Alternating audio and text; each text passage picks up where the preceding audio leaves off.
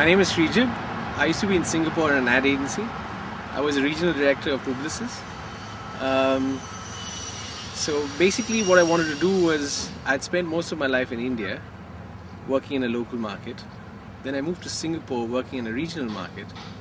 And one of the real reasons for me to move to London Business School was to try and get a global exposure and also look at the European market.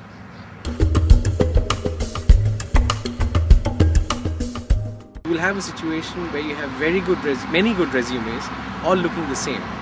And in such a scenario, I think the GMAT is a way of filtering more than anything else. But the fact is, the GMAT is only one of the parameters. And you got to think of it from a point of view of any good business school. They get loads of people with high GMAT scores. So while you might be very excited by looking at a 780, you have to realize that the person on the other side of the table is used to looking at 780. There's nothing special for that person. So I think it is a function of purely who you're competing against, and when everything is equal, that's when I think the GMAT might play a role. But the other parameters are extremely important. I would actually go to the extent of saying that the essays are much more important than the GMAT.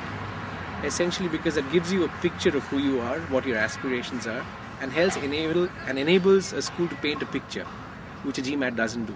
And I think the GMAT is at best a standardized test. So it sort of gives signals of discipline, of willing to put in an effort, rather than tell a story.